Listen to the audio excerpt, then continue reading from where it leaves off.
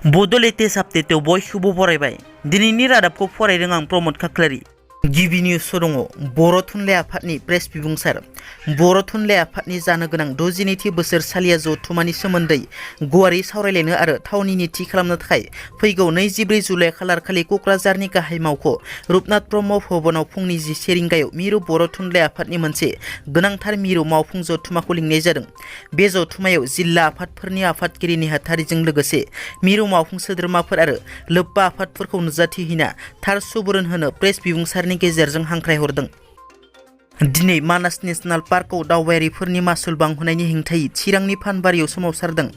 चिरां जिल्ला बिजनीनि फानबारियाव फरेस्ट रेन्जनि मावखुलिनि लांगोनायाव ग्रेटर मानास conservation youth tourism development ससाइटिनि बानजायनायाव 3 घन्टा धरना। मानास माहारियारि हाग्रामायाव दावबायारिफोरनि मासुल बांहोनायनि हेंथायै चिरां जिल्ला बिजनी फानबारियाव गोख्रों सोमावसारदों। बिटिआर सरकार गो बेक, फिल्ड डाइरेक्टर गो बेक, सेक्रेटारि बिटिसि गो बेक, CHT बिटिसि गो बेक बायदि स्ल'गेनजों ओनसोलखौ गोमखांहोयो। बिटिआरआव BJPनि दैबाना। बिटिआरआव बिसायख'थिनि सम नङाब्लाबो लुप लुप जयेन जानायखौ नुनो मोन्दों। 14 नं चिरां दुवाराव राजखान्थि हान्जा सोलायनाय नुनो मोन्दों। बर'फोरा UPPL BPF दोलोखौ जोगारना BJP दोलोआव जयेन जादों।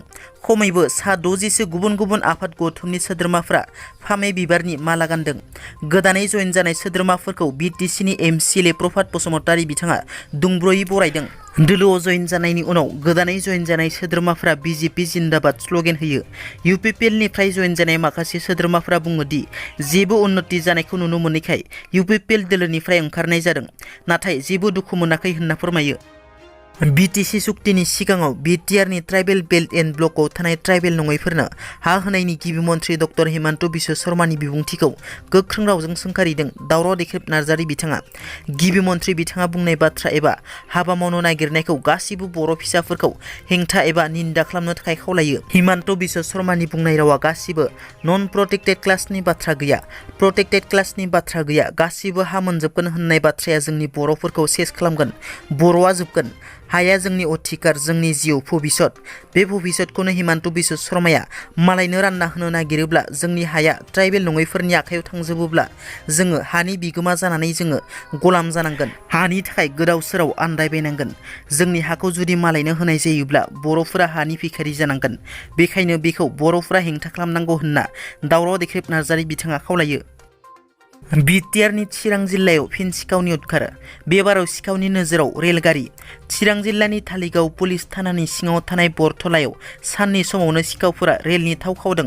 पुलिसा फोरमायनाय बादिब्ला बे जायगायाव थांनाय गोबाव समनिफ्रायनो सिखावफोरा थाव खावनाया सोलिबोबाय थानायखौ मिथिनानै दिनै फिन खौरां मोननानै स्रोदै सं दाननाय जादोंमोनब्लाबो सिखावफोरखौ हमनो हायासै।